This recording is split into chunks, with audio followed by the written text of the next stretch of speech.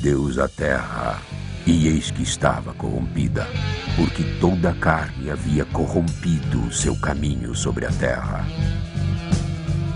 E viu o Senhor que a maldade do homem se multiplicara sobre a terra, e que toda a imaginação dos pensamentos de seu coração era má continuamente. A terra, porém, estava corrompida diante da face de Deus, e encheu-se a terra de violência.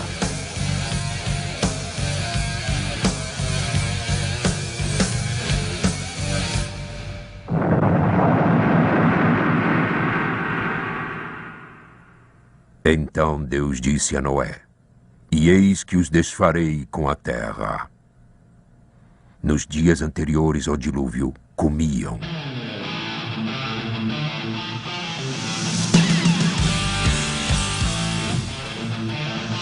bebiam,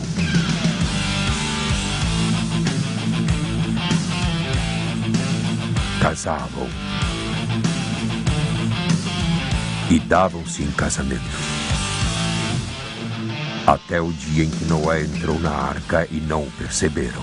Então veio o dilúvio e os levou a todos.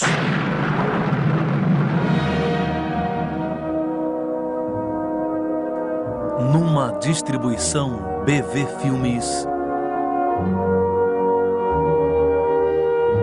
Em busca da Arca de Noé.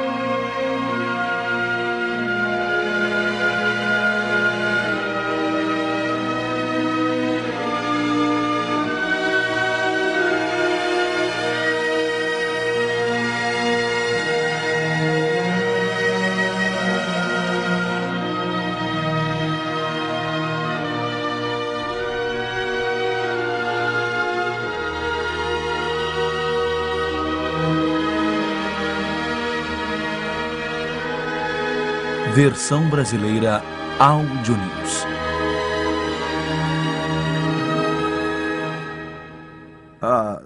A narração do dilúvio em Gênesis sobre a Arca de Noé foi considerada por muitos como simples mitologia, apenas parte do folclore religioso. E esta ideia tem sido reforçada por declarações de alguns cientistas de que tal dilúvio não poderia ter ocorrido. Não havia água suficiente na atmosfera para uma inundação que cobrisse mais do que alguns centímetros. E, no entanto, a Bíblia narra que o dilúvio cobriu as mais altas montanhas. Além disso, a questão da própria arca. Dizem que uma embarcação tão pequena não poderia ter carregado todos os milhares de espécies de animais existentes hoje. Devido a afirmações como estas, muitas pessoas acreditam que a história toda é produto da imaginação de alguém ou um exagero de um acontecimento real. Isto, por sua vez, provoca uma descrença na ideia do julgamento também, pois se Deus não julgou o mundo na época de Noé, as pessoas presumem que ele não irá fazê-lo no futuro. Eu gostaria de apresentar a vocês uma pessoa que irá nos conduzir em uma viagem fascinante, com algumas informações que irão esclarecer este importante assunto. Jack Debner é produtor de filmes e biblicista. Há muitos anos ele vem reunindo informações sobre a passagem bíblica da Arca de Noé. Jack, de que modo você se envolveu neste projeto único? De uns tempos para cá, as pessoas têm manifestado sérias dúvidas a respeito da exatidão histórica e científica das Escrituras. Estas dúvidas são fundamentadas em aparentes contradições entre declarações de alguns cientistas e certas afirmações da Bíblia. Por mais de 3 décadas, eu venho pesquisando a inspiração da Bíblia. Tenho sido levado a acreditar que sua escrita foi divinamente guiada e as afirmações científicas e históricas são precisas e fidedignas. Há muitos exemplos que ilustram isso, mas as passagens da Arca de Noé e do Dilúvio são um excelente exemplo. Desde que comecei a filmar, tive vontade de produzir um filme que definisse e defendesse a inspiração da Bíblia. Então, há alguns anos, fui convidado a participar de uma expedição ao Monte Arará, produzindo um documentário que explorasse a possibilidade de a verdadeira Arca de Noé ainda existir naquele famoso monte da Turquia Oriental. Primeiramente, há diversas perguntas que precisam ser respondidas. E a questão do dilúvio? De onde veio toda aquela água? Em primeiro lugar, acho que não há como discutir o fato de que não existe umidade suficiente em nossa atmosfera nos dias de hoje para produzir um dilúvio do jeito que a Bíblia descreve. Mas isto não anula a credibilidade da Bíblia. A resposta a este dilema é muito simples. O mundo que existia antes do dilúvio era bem diferente do mundo que conhecemos hoje. Em Gênesis 1:7 consta: "E Deus fez a expansão e fez separação entre as águas que estavam debaixo da expansão e as águas que estavam sobre a expansão, e assim foi." Nós aprendemos no versículo 20 que as aves deveriam voar na expansão, que significa atmosfera. Portanto, concluímos que antes do dilúvio, a Terra era rodeada por um envoltório de umidade, uma cobertura de vapor. Considerando que atualmente nós temos só pequenas quantidades de umidade em nuvens espalhadas, no passado, evidentemente, havia um envoltório intenso de umidade rodeando completamente a Terra. As águas que se mantinham acima da Terra nesta cobertura eram as águas acima da expansão, descritas em Gênesis 1:7. As águas do oceano eram as águas abaixo da expansão, relatadas no mesmo verso. Agora, esta teoria é uma suposição totalmente aceitável, quando lembramos que existem mais 3 planetas em nosso sistema solar que possuem uma cobertura de nuvens semelhante. Atualmente, Júpiter, Saturno e Vênus. O peso da camada de nuvens de Vênus contribui para a pressão atmosférica, fazendo com que ela seja superior a 21 quilos por centímetro quadrado. Ela aumenta a temperatura na superfície do planeta, chegando a 426 graus Celsius. A umidade na camada de nuvens da Terra seria a razão para uma grande quantidade de água presente na Terra hoje, a qual a ciência não consegue justificar. Isto é visto claramente em um mapa topográfico do fundo do mar. Os 152 metros superiores da água dos oceanos de nosso planeta são de origem recente. Agora, recente para nós quer dizer os últimos vários milhares de anos.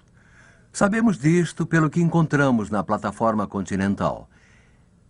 Em todos os continentes do mundo, a Terra inclina-se gradualmente em direção ao nível do mar e então prossegue até uma profundidade de 152 metros. Depois ela some nas fossas oceânicas. Há poucos milhares de anos, tudo isto era terra firme. Sabemos disto por causa do que encontramos lá. Por exemplo, encontramos rios de água doce, conchas de água doce, turfeiras de água doce, restos de árvores e restos de animais.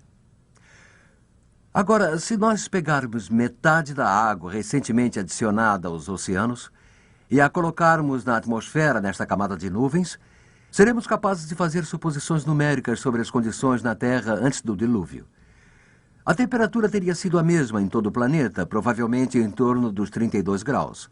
A camada de nuvens, então, teria produzido um efeito estufa. E isto teria tornado a Terra inteira em um paraíso tropical, com uma densa folhagem em todo o globo.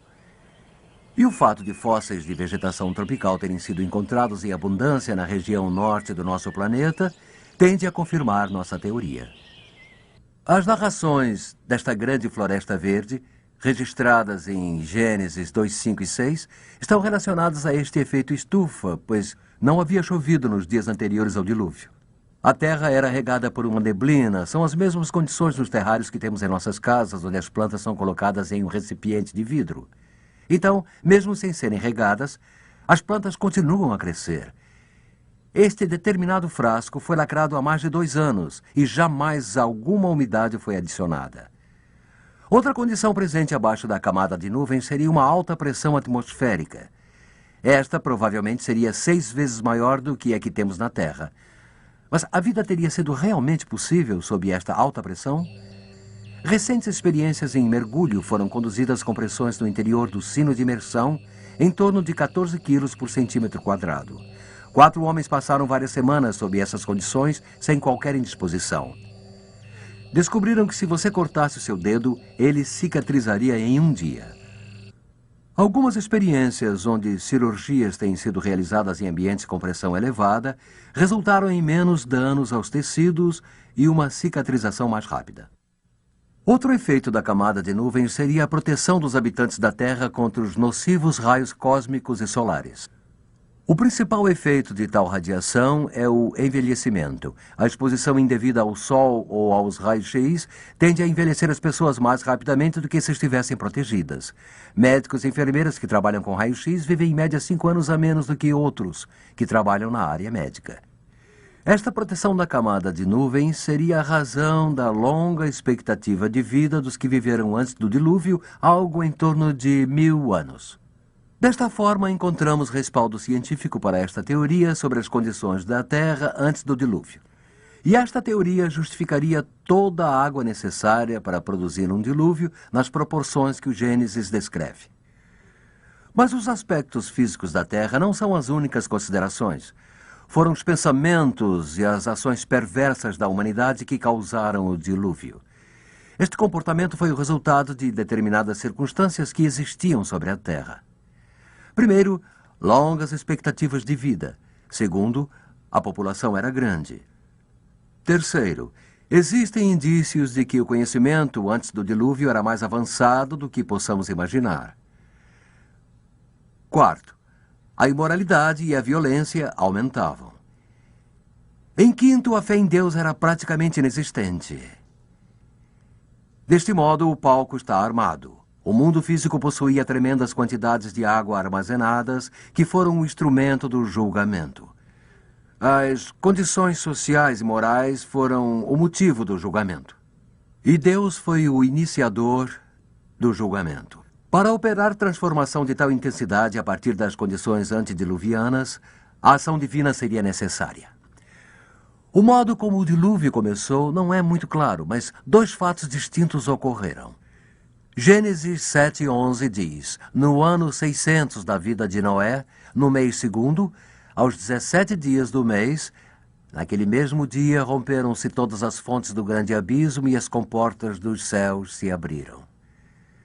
Reparem nos 2 atos distintos que correspondem às 2 condições da terra recém-criada.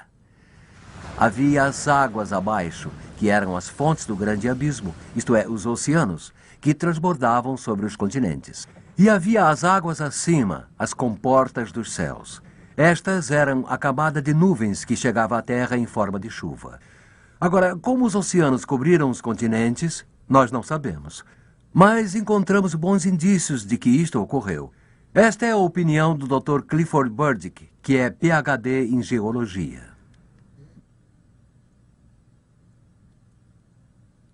Existem várias evidências notáveis encontradas no Monte Ararat, que parecem indicar que a água, em certa época, chegou até mesmo a ultrapassar o topo do pico de 5.181 metros. Eu acho que uma das evidências mais notáveis é a presença de lava em almofada, a qual pode ser encontrada em toda a parte do monte, da base ao topo. Lava em almofada é a lava que foi despejada na água. Água fria, a qual esfria a lava, congelando-a rapidamente, e ela forma padrões de fraturas concêntricos, um círculo, semelhante à forma de uma almofada. Isto não é encontrado em outro basalto, exceto onde ele foi ejetado embaixo da água. Nós encontramos uma grande quantidade de lava em almofada em todo o Monte Ararat. Outra evidência que encontramos no Monte Ararat para o dilúvio de Noé é a presença de conglomerados. Conglomerados são rochas sedimentares cimentadas com partículas distintas de rochas que, na verdade, foram arredondadas ao rolar em correntezas. Eu as vi a 3.962 metros no Monte Arará. Nós encontramos grandes pedaços de rocha que são arredondados, unidos a pedaços pequenos, formando um único bloco. E é isto que chamamos de conglomerado. É uma rocha sedimentar formada embaixo d'água. Eu acho que uma das mais espetaculares e talvez esclarecedoras evidências do dilúvio, de que as águas do dilúvio cobriram o monte, foi a descoberta que nós fizemos na parte ocidental do monte. Nós encontramos um imenso depósito salino de algumas centenas de metros de espessura em uma elevação de aproximadamente 1.828 metros. E nós entramos na caverna e coletamos amostras de belos cristais como este. Agora, isto foi formado, é claro, quando o oceano estava a 1.828 metros acima do nível atual. Então, algumas pessoas têm perguntado, isto não pode ter sido formado na água doce? De jeito nenhum, porque a água doce não conteria sal algum. Isto certamente veio do oceano, indicando que o oceano esteve em certa época acima daquele nível. E assim, eu acredito que as evidências estejam presentes não apenas no Monte Arará, mas em todo o mundo, indicando que a Terra foi coberta por um grande dilúvio, como a Bíblia indica. Não foram só os oceanos que estiveram envolvidos no dilúvio. Houve também o colapso da camada de nuvens, originando a chuva que caiu por 40 dias e 40 noites. Mas o que fez com que as nuvens condensassem? Não se sabe com certeza, mas a maior possibilidade é a ação vulcânica. Nada parece esfriar a atmosfera da Terra como a erupção de um vulcão. Quando Krakatoa, nas Índias Orientais Holandesas, entrou em erupção em 1883, lançou 3 milhas cúbicas de fumaça e cinzas na atmosfera. A temperatura em toda a Terra caiu vários graus. E o pôr do sol foi vermelho por meses e meses seguidos. Erupções simultâneas em diversos locais da Terra causariam uma queda tal na temperatura que faria a camada de nuvens inteira entrar em colapso sob a forma de chuva. É interessante notar que uma grossa camada de cinza vulcânica foi encontrada abaixo da calota glacial polar. Assim como os oceanos inundados, os continentes e a chuva caindo por 40 dias e 40 noites, o julgamento de Deus foi cumprido. A humanidade recebia o castigo pelo pecado. Agora, quais foram os resultados do dilúvio? Em primeiro lugar, houve afogamentos. Este era o propósito do dilúvio, a destruição de toda a vida aeróbia, especialmente o homem.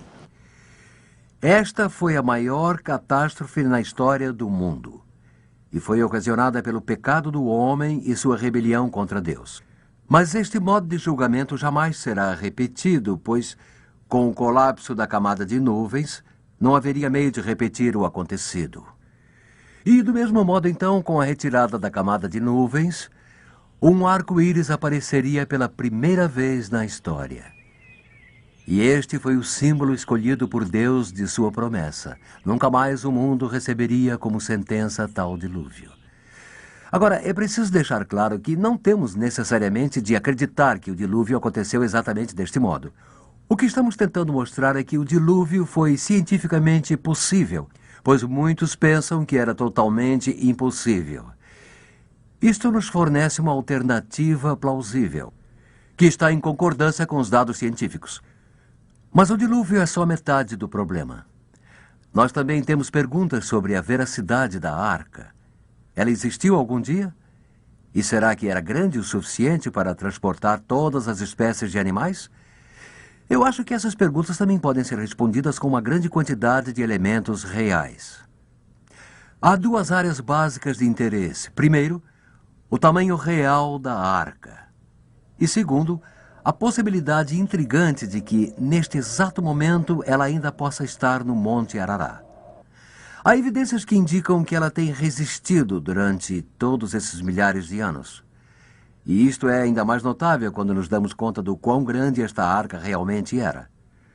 Agora, a pergunta sobre a capacidade de a arca transportar todos os animais necessários para perpetuar todas as espécies é respondida simplesmente pela reconstrução da capacidade volumétrica da embarcação. Pedimos a um especialista que viesse hoje e fizesse isto. O Dr. John Whitcomb especializou-se no Antigo Testamento e escreveu diversos livros sobre o dilúvio e a arca.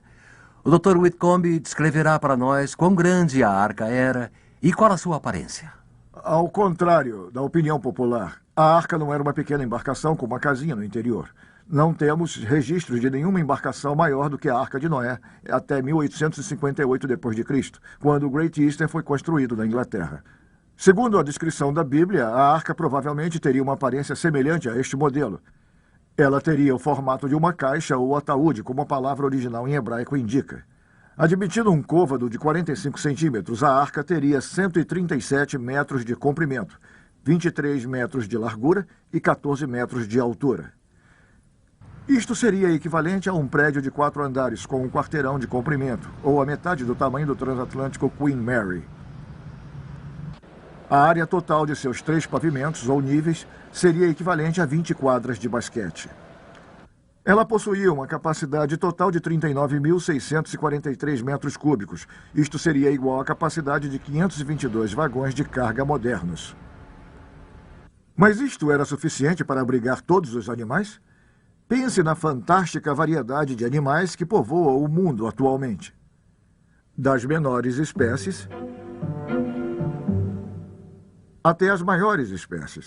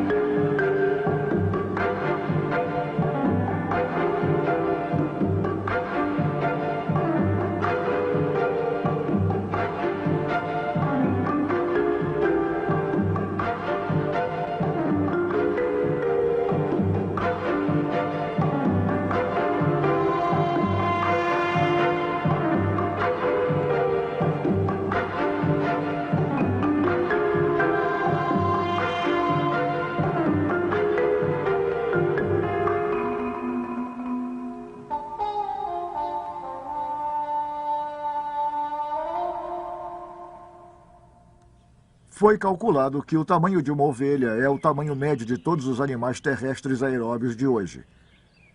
Alguns animais são maiores, muitos são menores, mas seu tamanho médio é o de uma ovelha. Se nós tomarmos 2 ovelhas como representantes de cada espécie de animal hoje, poderíamos colocar todos eles em menos de 200 vagões de carga.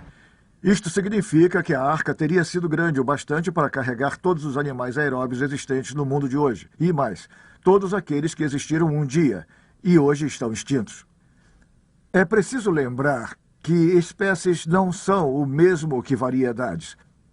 Assim, provavelmente, havia apenas 2 gatos e 2 cachorros na arca. Não 2 de cada variedade de gatos e cachorros. As variedades atuais são descendentes deles. E sobre a construção da arca? E onde a porta e a janela ficavam?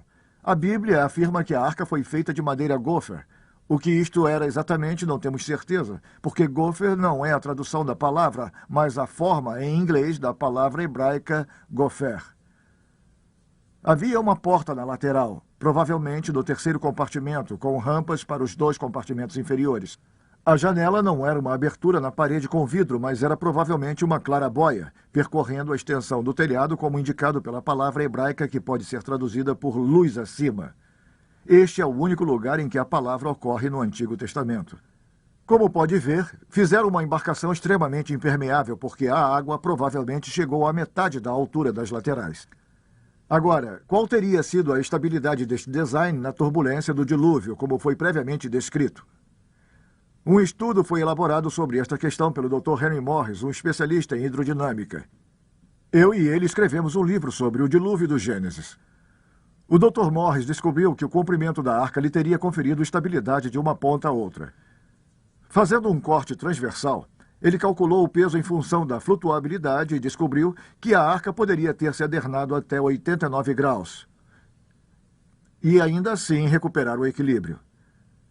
Então, a arca teria sido capaz de transportar todos os animais e resistir à turbulência de um dilúvio global. Nós não podemos, é claro, menosprezar a mão protetora de Deus, como indicado em Gênesis capítulo 8, versículo 1. Obrigado, doutor. A questão que permanece é: esta grande embarcação de madeira poderia ter resistido durante milhares de anos naquele pico congelado? Vamos examinar as evidências históricas. Durante os últimos 4.000 anos, referências autênticas e frequentes têm sido feitas à existência da arca. A menção ao dilúvio mais antiga está na epopeia de Gilgamesh, na Babilônia. Os detalhes que estão registrados no livro de Gênesis são mais precisos. Também temos registros de peregrinos armênios que foram ao monte e levaram pedaços da arca com eles. Em 275 a.C., Berrose, um historiador babilônio, registrou que a arca estava no monte na sua época. Joséfo, o historiador judeu, registra o mesmo em torno de 100 d.C. Alguns escritores da igreja primitiva também expressaram sua crença na arca em seu tempo. Então, durante a Idade Média, houve repetidas menções sobre a presença da arca que ainda estaria no Monte Arará. Mais de uma dúzia de referências históricas têm sido encontradas durante este período. Mas as descobertas mais importantes não seriam feitas antes da Idade Moderna. Em 1876, Sir James Bryce, da Universidade de Oxford, na Grã-Bretanha, encontrou uma madeira muito antiga no alto do Monte Arará. Em 1883, o Chicago Tribune e o New York World noticiaram a verdadeira descoberta da arca por funcionários do governo turco que inspecionavam danos causados por terremotos no monte. 4 anos mais tarde, o príncipe Nouri, arquidiácono da igreja nestoriana, afirmou ter escalado o Monte Arará e descoberto ruínas da arca. Ele fracassou em seu esforço de levantar dinheiro suficiente para retirar a embarcação do monte. Então, em 1902 e 1904, um armênio com o nome de George Hagopian escalou o monte, descobriu a arca e explorou o seu interior. Antes de sua morte, ele orientou este artista em seu desenho da arca. Note como corresponde precisamente à descrição bíblica. Durante a Primeira Guerra Mundial, a arca foi novamente avistada, desta vez por soldados russos, sob o comando do coronel Alexander Koor. Quando o czar Nicolau ouviu a notícia, mandou cientistas de volta ao monte para estudar a descoberta. Eles relataram ter encontrado a antiga nave, mas todas as fotos e desenhos desapareceram devido à Revolução Bolchevique na Rússia em 1917. Em 1953, George Green, um geólogo americano, fotografou a arca enquanto sobrevoava o Monte Arará em um helicóptero. Suas fotos desapareceram quando ele foi assassinado na América do Sul, mas não antes de serem vistas por quase 200 pessoas. Uma delas era o Sr. Fred Drake. Embora não acreditasse na Bíblia em sua época, a visão das fotos foi tão convincente que ele se tornou cristão devido à força delas. Relembrando as fotos, o Sr. Drake registrou a posição da arca em uma saliência estreita, parcialmente coberta por neve e gelo. Fragmentos de madeira de aparência muito antiga foram encontrados no monte em 5 ocasiões distintas desde 1876. Uma das descobertas ocorreu em 1955, quando Fernand Navarre, um industrial francês e explorador amador, trouxe 3 grandes amostras para datação científica.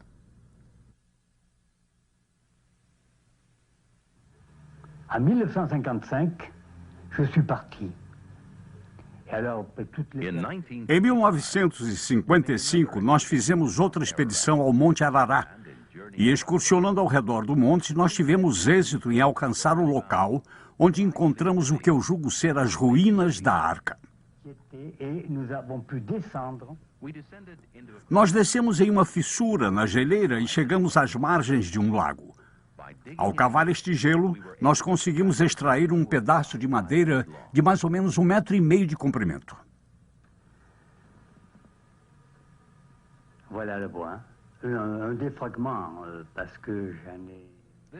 Este pedaço e um outro no manto são tudo que restou após a realização de todos os testes. Reparem que este fragmento não é uma simples tábua. Ele foi talhado à mão Repare no ângulo reto.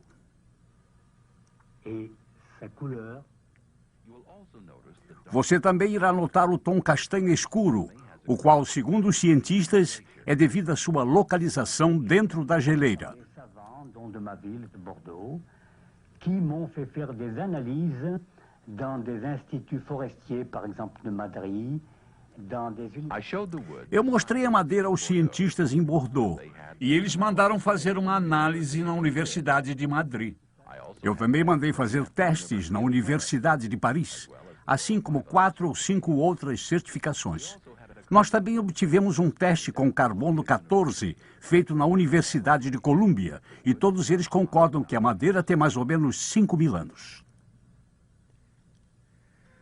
Apesar de estarmos impressionados com o valor das 5 descobertas, é realmente discutível que a madeira pudesse ser reconhecida como parte da arca. Mesmo que ela fosse precisamente datada, poderia ser apenas uma parte de um celeiro que flutuou no dilúvio e depois acomodou-se no monte quando a água baixou. Eric Cummings é um empresário do Novo México e participa da procura da Arca de Noé há muitos e muitos anos. Aqui está a sua avaliação sobre as descobertas de madeira no Monte Arará.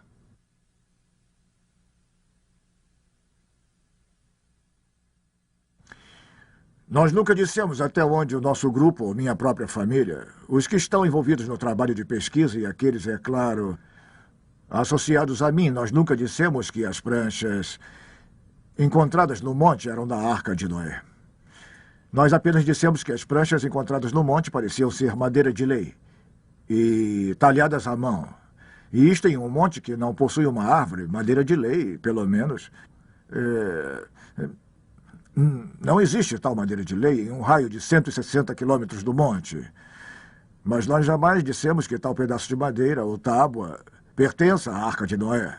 E não até, pelo menos, descobrirmos a Arca de Noé e concluirmos que a madeira da arca é igual àquelas que temos encontrado. O fato é que, com o passar dos anos, especialmente nos últimos 125 anos, a nave foi avistada cerca de 21 vezes, de acordo com as afirmações daqueles exploradores e expedições que estiveram lá. Há tábuas encontradas no Irã que têm resistido a todos os tipos de tempo, quente e frio, úmido e seco, por 1000 anos mantendo-se em bom estado ao ar livre. Mas, é claro, nós acreditamos que a calota glacial de 32 quilômetros do Monte Arará e os picos que se projetam dela e que são em número de 12, nós acreditamos que a nave será encontrada nesta área. Fragmentos de madeira encontrados em 1955 e 1969 não apresentaram uma datação consistente. Então, no verão de 1974, uma nova expedição foi ao Monte Arará para obter amostras de madeira e preservá-las cuidadosamente para a datação atômica. Nossa equipe de filmagem fazia parte daquela expedição quando ela chegou ao monte em julho. Os picos dos 2 vulcões erguem-se majestosamente sobre as planícies da Turquia Oriental. O Grande Arará eleva-se à altura de 5.170 metros e o Pequeno Arará, 3.924 metros. Há uma cobertura permanente de gelo no monte mais alto que tem uma área de 57 quilômetros quadrados. Em alguns locais, a geleira tem mais de 30 metros de espessura. Na maior parte do tempo, o pico do Arará fica coberto por nuvens devido à sua altura e à baixa temperatura da geleira. A subida do monte foi feita em sua maior parte a pé, com animais de carga transportando barracas, comida e equipamento. Nós subíamos cada vez mais alto sobre rochas soltas e escorregadias. No ar rarefeito, cada passo é trabalhoso. Subíamos ainda mais alto, seguindo nosso guia curdo. Mas estaríamos no monte certo? Alguns, no decorrer da história, têm tido sérias dúvidas sobre este pico em particular. Esta é a opinião do Dr. John Warwick Montgomery, líder da expedição de 1974. Eu estou no monte conhecido hoje como Agridag, o antigo Monte Arará. Nós estamos a 3.600 metros, uma altitude de aproximadamente 11.000 pés. A Rússia está à minha direita, a cerca de 16 quilômetros de distância, e o Irã à minha esquerda. Este é o monte onde, segundo a Bíblia, Noé desembarcou quando as águas do dilúvio baixaram. Algumas pessoas têm questionado se este monte é mesmo o monte onde a Arca de Noé repousou. E no final do século XIX, James Bryce, diplomata e também alpinista, soube que fizera papel de bobo ao subir este monte de difícil acesso quando ele próprio encontrou madeira e a associou à arca. Mas Bryce defendeu-se muito bem perante a Royal Geographic Society, e um dos argumentos mais fortes que usou foi que, desde o passado remoto, o povo do monte o considerava como aquele no qual a arca encalhou. Este povo, conhecido como curdo, vive aqui há séculos e até bem pouco tempo eles não subiam ao topo do monte, pois estavam convencidos de que o pico era protegido por Jinn, espíritos do monte, e estes espíritos do monte estavam ali porque protegiam o local no qual a arca havia encalhado. Continuamos a subir, esperando alcançar uma altitude de 4.267 metros, onde há muitos anos Navarra encontrou fragmentos de uma madeira antiga talhada à mão. Logo estávamos na calota glacial, cruzando várias vezes os muitos picos. Ao atravessarmos o cume de 4.419 metros, podíamos ver a geleira Parrot diante de nós. Examinar o interior da fissura foi extremamente difícil e muito perigoso. Mas este é o local exato onde os fragmentos de madeira foram achados anteriormente. Por fim, chegamos à caverna de gelo onde Navarra fez sua descoberta em 1955. Mas, para nosso profundo desapontamento, a água quase congelada nos impediu de descer a maiores profundidades. Após viajarmos milhares e milhares de quilômetros e esperarmos nossa autorização por vários dias, fomos forçados a desistir de nossas tentativas. Nossas autorizações haviam expirado e outros compromissos de filmagem precisavam ser cumpridos. Os que têm participado da busca à arca acostumaram-se a várias e várias decepções. Contudo, nossa maior frustração ao produzir este filme foi a ausência de qualquer depoimento em primeira mão, especialmente de uma testemunha ocular viva. Desejávamos, sinceramente, algo que tivesse importância na argumentação pela veracidade da história. Embora a verdadeira arca não tenha sido vista ultimamente, existem duas provas que justificam com muita eficiência a exatidão das observações recentes. Em 1972, o satélite de recursos terrestres fotografou o Monte Ararat de uma altitude de 917 quilômetros. As fotos tiradas pelo satélite estão na Biblioteca do Satélite de Recursos Terrestres em Sioux Falls, Dakota do Sul. As imagens são geradas eletronicamente do mesmo modo que as imagens de televisão são produzidas. As fotos são tiradas de sinais transmitidos pelos satélites. Cada foto cobre uma área de 33.669 km². Mesmo assim, objetos do tamanho de 30 por 30 metros têm sido identificados. Estradas, por exemplo, aparecem como uma linha luminosa sem definição de detalhes. Aqui na foto do satélite estão os dois picos do Monte Ararat, o grande e o pequeno. Esta área estreita e escura no Grande Ararat é uma fenda muito profunda, chamada de Garganta Ahora. Nesta garganta há uma formação retangular que é comprida e estreita. Estudos meticulosos mostram que esta é uma saliência de 304 metros de comprimento. Nesta saliência há uma formação de cor clara de aproximadamente 182 metros de extensão. Isto pode ser apenas parte da rocha ou poderia ser a Arca de Noé.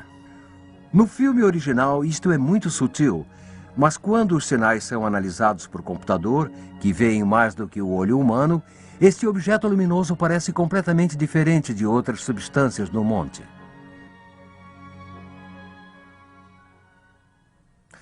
Muitas vezes nos perguntam se as evidências indicam a existência da arca no Monte Ararat, por que simplesmente alguém não examina e resolve isto de uma vez? Há vários motivos. Primeiro, há um curto período por ano em que as condições meteorológicas permitem a procura. E até que a calota derreta, a arca permanecerá escondida na geleira. Segundo, existem motivos políticos e religiosos que tornam difícil obter uma autorização do governo. Difícil, se não impossível, obtê-la. Pequenas expedições como a nossa são autorizadas de tempos em tempos. Mas uma tentativa em larga escala não é possível neste momento. E seria necessário uma grande expedição com muitos equipamentos para realizar a tarefa. Agora, a segunda evidência que comprova a história surgiu como resultado de nossos fervorosos pedidos de ajuda a Deus. Durante a reunião de material para este filme, soubemos de uma testemunha ocular que supostamente teria visto a arca. Jakob Radke, um russo de descendência alemã, nos relatou ter visto realmente a arca em 2 ocasiões distintas, quando era um soldado durante a Primeira Guerra. Nós passamos horas e horas conferindo várias vezes sua história, antes de gravarmos o seu testemunho.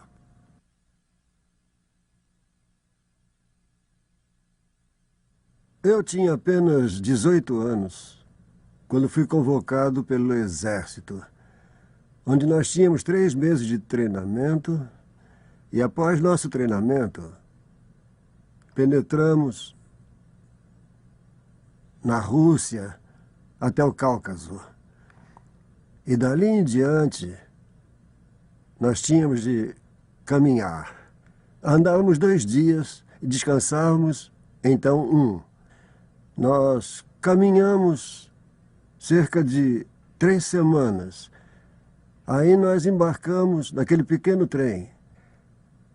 E quando nós estávamos naquele trem, não havia vagão fechado. Exatamente como uma plataforma, sabe como é? Um vagão-plataforma. Diga-me, o trem era muito vagaroso? Sim, muito vagaroso. E quanto tempo realmente durou a viagem entre os 2 montes? Levou 1 semana para subir e 1 semana para descer. Alguém chamou a sua atenção para a arca enquanto viajava naquele trem? Sim, isso mesmo. O homem que conduzia aquele trem, ele apontou para que olhássemos a arca. Disse, vamos passar pelo Arará, e então nós todos poderemos ver a arca. E todos nós vimos. Bem, o trem era aberto, sabe? Vagões, plataformas. Qual era a aparência da arca? Bem, ela parecia com um grande celeiro de cor castanho escura. Mas estava sobre um declive. Uma ponta para cima e a outra para baixo. O senhor me entende? E qual era o seu formato? A ponta que se projetava tinha o formato em V.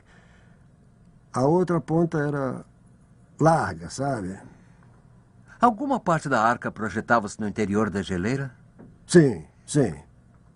Quantas pessoas estavam no trem quando o senhor viu a arca? Em torno de 500. E todas elas viram a arca? Sim, todas elas viram a arca. Porque era um trem aberto. Não tinha outro jeito. Depois disso, sabe, na base onde nós estávamos durante quase o ano inteiro, todos acreditavam e falavam sobre a arca. E a mesma coisa quando nós retornamos para a Rússia, nossa casa. Então o senhor viu a arca mais de uma vez? Só 2 vezes. Quando entramos na Turquia e na hora em que fomos embora. O senhor não poderia ter visto apenas uma grande rocha? Não, senhor. Não. E isto lhe diz alguma coisa sobre a verdade da Bíblia? A verdade, é? O dilúvio está na Bíblia e a arca foi construída e agora nós a vimos, sabe? O senhor tem absoluta certeza de que foi a arca que o senhor viu? Sim, senhor, eu tenho certeza. Era. Como eu posso renegá-la se eu a vi, eu acredito e eu a vi? Eu prefiro morrer do que renegá-la. E é por isso que eu estou contando ao senhor. Aos que têm questionado a confiabilidade do relato do Sr. Radke, Mas desde que o filmamos, encontramos 3 confirmações nas declarações do Coronel Corr, George Hagopian e James Bryce. Ficamos profundamente impressionados com a sinceridade do Sr. Hadke quando ele disse ao seu filho, após a filmagem, que agora poderia retornar à sua casa e morrer em paz. A sua narração sobre a Arca de Noé seria utilizada em um filme para falar às pessoas sobre a veracidade da Bíblia. Nós não apresentamos todos os dados disponíveis, e deve ser enfatizado que as evidências que nós apresentamos, tanto sobre o dilúvio quanto sobre a arca, não são provas conclusivas. Mas achamos que há evidências suficientes para permitir uma conclusão positiva. Principalmente, nós temos tentado eliminar as chances de alguém dizer que isto não poderia ter ocorrido. Temos mostrado que foi possível e adicionado evidências para assinalar que ocorreu. Mas o que tudo isto significa para nós? Primeiro, deveria intensificar nossa fé na Bíblia, a Palavra de Deus. É um livro merecedor de nossa absoluta confiança. Segundo, o relato histórico deveria nos impressionar pela veracidade do julgamento. Um Deus justo que não poderia perdoar o pecado no tempo de Noé, não ignorará o pecado em nossa época. Jesus disse: "E assim como aconteceu nos dias de Noé, assim será também nos dias da vinda do Filho do Homem." Assim, Jesus comprova a autenticidade da narrativa de Noé e a relaciona à época de seu próprio retorno, quando as condições serão as mesmas que anterior ao dilúvio. O apóstolo Pedro também acreditou na história e mostrou que um julgamento no passado assegura um julgamento no futuro. Ele nos previne de que haveria alguns que iriam esquecer voluntariamente que Deus julgou o mundo antigo, destinando-nos toda aquela água segundo sua palavra. Agora Deus reserva-nos outro julgamento, desta vez pelo fogo. E para este julgamento precisamos nos preparar. Embora Deus tenha punido o homem pelo pecado, proporcionou também um meio de salvação, e este foi a arca. Mas era uma salvação pela fé. Aqueles da arca tiveram de crer e embarcar. E quando pensamos no julgamento no futuro, nossa salvação não está em uma arca de madeira, mas em uma pessoa. Jesus Cristo morreu para pagar por nossos pecados. E assim Ele próprio tornou-se a nossa arca da salvação. Mas precisamos entrar em seu caminho do mesmo modo que Noé entrou na arca, ou seja, crendo que Jesus morreu por nós e convidando-o a entrar em nossas vidas. Harry, eu oro para que todos os que tenham assistido a este filme recebam Jesus na primeira oportunidade. Obrigado, Jack. Oro por isto também.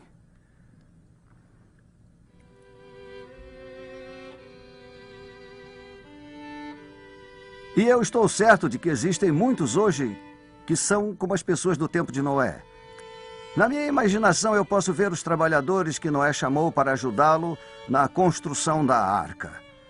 Deve ter havido ocasiões em que Noé os avisou sobre o julgamento. Mas suas pregações foram recebidas com risos e zombaria. Ninguém jamais tinha ouvido falar sobre um dilúvio e nunca tinha chovido. E um julgamento? Bem, se existisse um Deus, ele não lançaria sua ira sobre eles. Então Noé e os seus continuaram o seu trabalho no grande barco, enquanto os outros saíram para comer e beber e praticar os seus pecados sexuais. E depois brigar e matar uns aos outros. Todo o tempo eles mantiveram o julgamento afastado de suas mentes. E assim foi por 120 anos. Noé lealmente preveniu e as pessoas sempre zombando.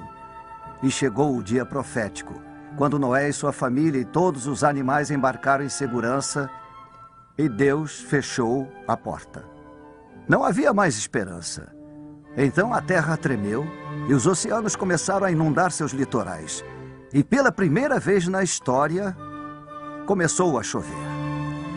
Então aqueles que haviam debochado de Noé e ridicularizado seus avisos buscaram segurança nas terras mais altas. Reuniram suas famílias e correram freneticamente de uma colina para outra, até que por fim não havia mais para onde ir. E suas mortes na água estavam prestes a ocorrer. Eles podiam buscar com os olhos na tempestade e ver a imensa arca transportando seus ocupantes em segurança. Que agonia e remorso devem ter se apossado de seus corações. Enquanto diziam para si mesmos, se ao menos eu tivesse acreditado, se ao menos eu tivesse obedecido, agora eu estaria salvo. Então as águas do julgamento os tragaram e desapareceram para sempre. Eu não tenho dúvida de que muitos no futuro julgamento estarão na mesma situação. Eles terão ouvido o chamado de Cristo, mas o rejeitarão. E quando estiverem diante de Deus, dirão em seu íntimo: oh, se ao menos eu tivesse acreditado, se ao menos eu tivesse obedecido e recebido Cristo, eu estaria salvo hoje. Eu devo apressá-los a receber Cristo como seu Salvador, sua arca da salvação. Imediatamente. Façam isto antes que a porta se feche e não haja mais esperança.